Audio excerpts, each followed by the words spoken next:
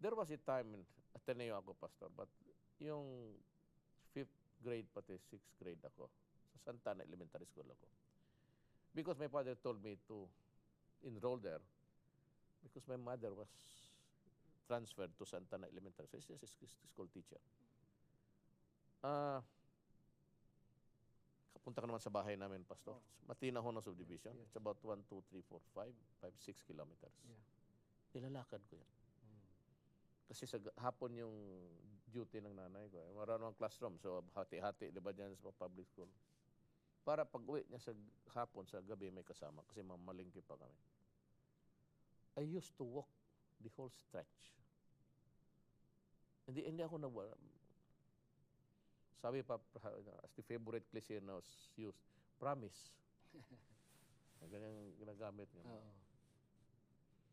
Ngayon, sabi na, bakit ganun ka ba kahirap kayo? No, no. It's not that. Ang totoo talaga, Pastor, 25 ang baon ko. Yung just kinahanta ko. But it's not that. The fact is that, kung gusto mo talaga magpunta, nilalakad ko yan. Diyan, Bangkiruhan, Tomas Claudio. Sumisipo lang ako niyan. Sa bagay, bata ka pa.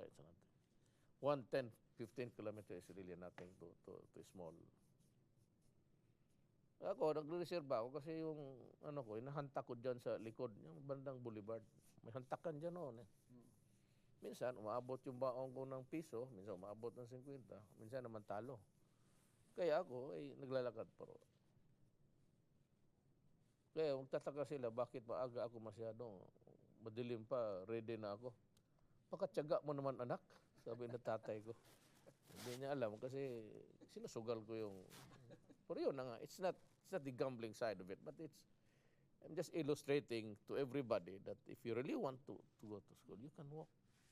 Ganon ang nilalakad ko noon.